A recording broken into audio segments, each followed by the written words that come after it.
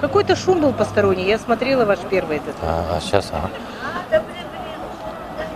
Мы опять находимся на территории акции «Путь дому».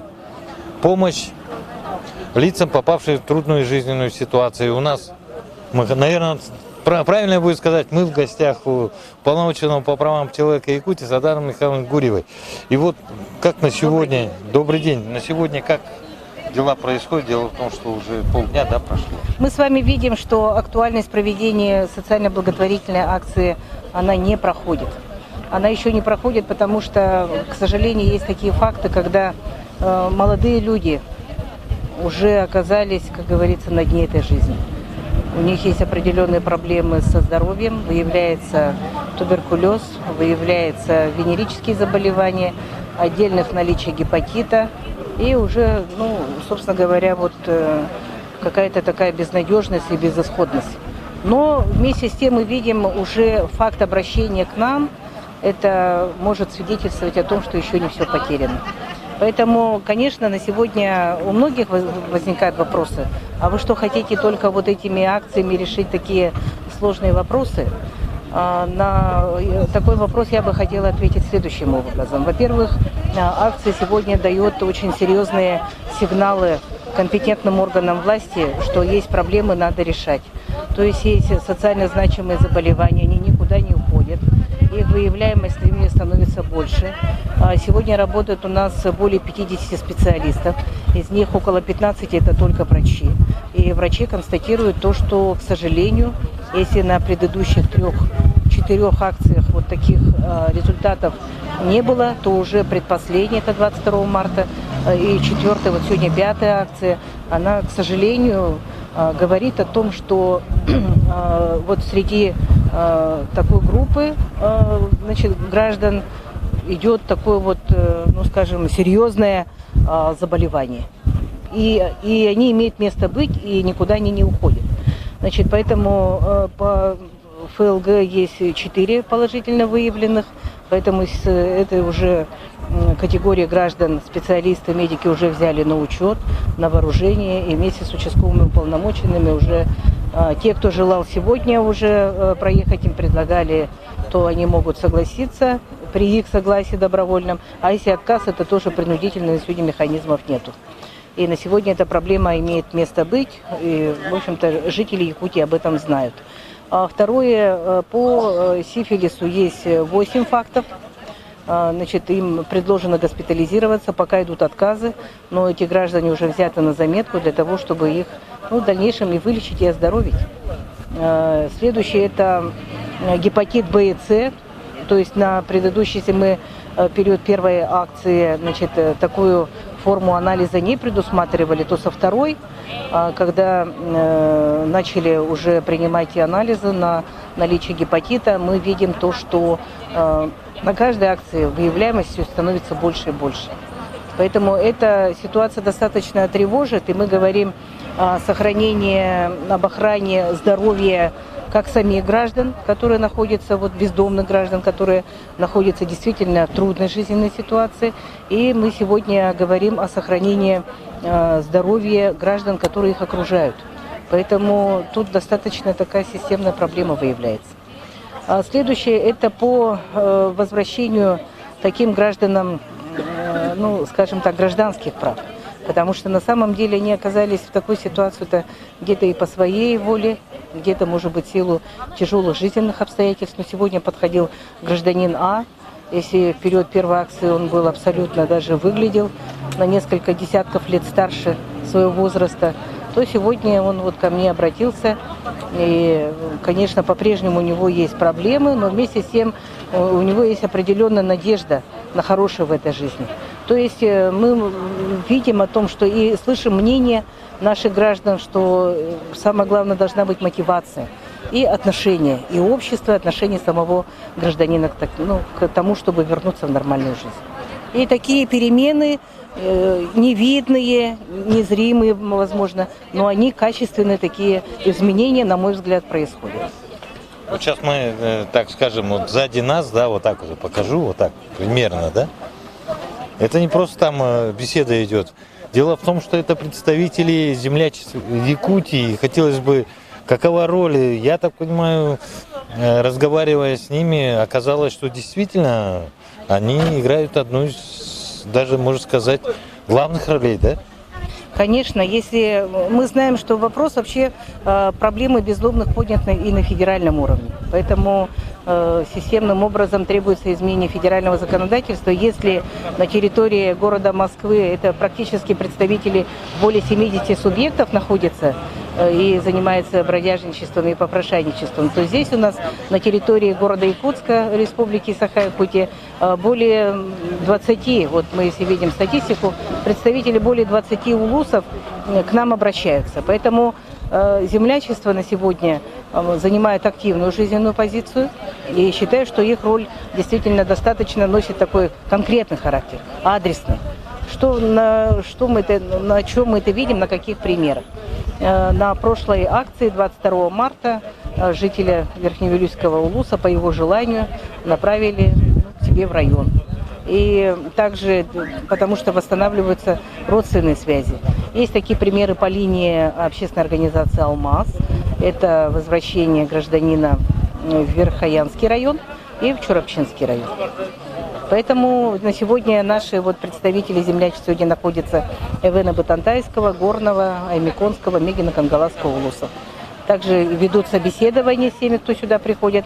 Опять же, я хочу подчеркнуть, потому что поступают вопросы, носит ли эта акция или принудительный характер, или добровольный характер.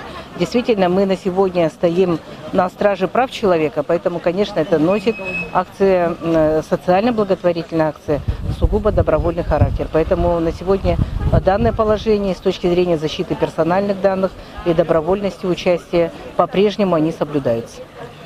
Нас посетил еще Николай Иванович Кубертинов, начальник МВД России Якутска, да, и мы с ним поговорили, и здесь выяснилось, что он заметил одну вещь, меня она тоже очень удивила.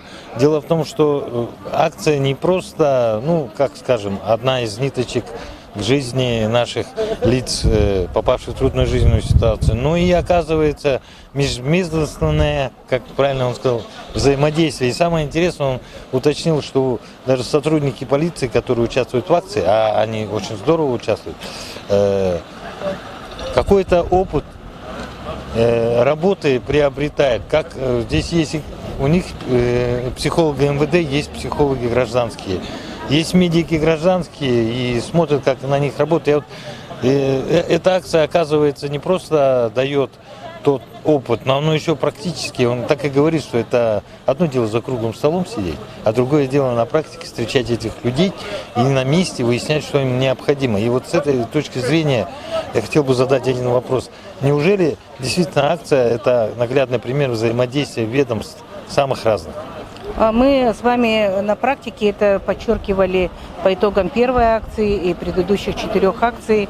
Нарабатывается некий регламенты межведомственного взаимодействия, которые могут быть заложены в основу предполагаемого будущего законопроекта, который направлен на профилактику бродяжничества и попрошайничества, на комплексную реабилитацию лиц, которые отбывали наказание в местах лишения свободы. Поэтому как раз вот это реальное практическое межведомственное взаимодействие сегодня позволяет добиться результатов. И это мы закладывали в том числе, когда совместно с Министерством внутренних дел по Республике Саха-Якутия начинали первую акцию 25 августа 2018 года на территории города Якутска. Я хотел бы здесь еще неоценимую помощь сказать и МЧС, и самое главное, городской округ, город Якутск. Я так глазами вижу, он опять куда-то убежал. И поэтому хотелось бы немного поговорить, как взаимодействие с муниципалитетами. Дело в том, что задают этот вопрос не просто так, а потому что это скоро принятие, примет Госдума проект, о котором мы говорим, да. Но здесь взаимодействие с муниципалитетом на практике же. На самом деле требуется активная роль органов местного самоуправления. И поскольку акция «Путь к дому» проводится на территории городского округа город Якутск, мы, получили поддержку со стороны городских властей еще с прошлого года, где-то когда мы уже эту инициативу внесли и начали организационную работу Практически это уже было начато с первого полугодия 2018 года. И эту преемственность на сегодня городская власть демонстрирует. На сегодня участвуют представители управ городского округа город Якутск. На сегодня есть помощь машинами, транспортным обеспечением, и промышленный округ, на территории которого проводится очередная акция, тоже здесь оказала полностью практическую помощь, эти навесы, стулья и так далее. Это все делается на условиях благотворительности. И хотелось бы, чтобы органы местного самоуправления, главы муниципальных районов лично прониклись этой проблемой, потому что среди обратившихся у нас есть граждане более 60%, освободившиеся из мест лишения свободы.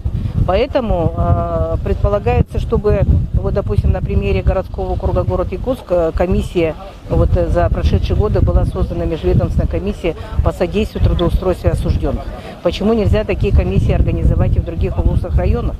Потому что на сегодня, по данным УФСИН, как мы с вами говорили в прошлом году, и сейчас это подтверждаем, более 400 человек, они потихонечку-то выходят раньше срока из мест лишения свободы, освобождаются. И недавно мы по посещении колонии в поселке Максагалук еще раз подтвердила, когда мне осужденный обращается, говорит, ему идти некуда, нету места негде жить, нету родных. И, естественно, это вопрос я держу на контроле по конкретному гражданину. Это конкретный пример. Сегодня тоже может быть свидетельством того, что проблема имеет место быть.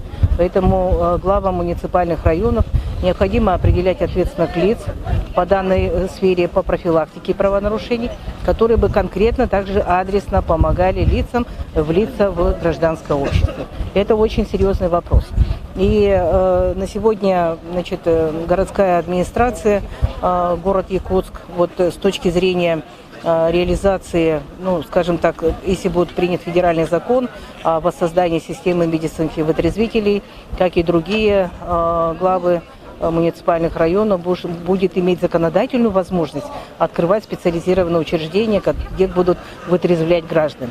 Поэтому позиция уполномоченного по правам человека в Республике Саха-Якутия по этому вопросу, она четкая, понятная. Мы поддерживаем открытие медицинского вытрезвителя на территории, в частности, города Якутска, еще и потому, что сегодня необходима помощь самим гражданам, потому что они могут стать объектами преступлений в отношении, если находятся в состоянии алкогольного опьянения и где-то будут находиться в общественном месте в беспомощном состоянии.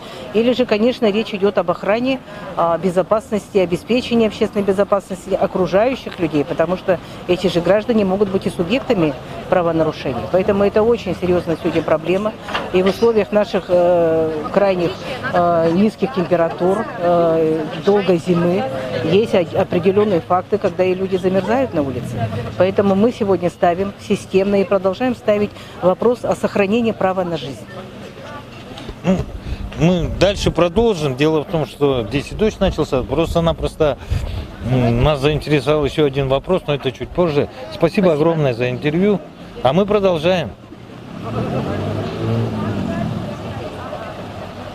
Все. Надо сейчас этого...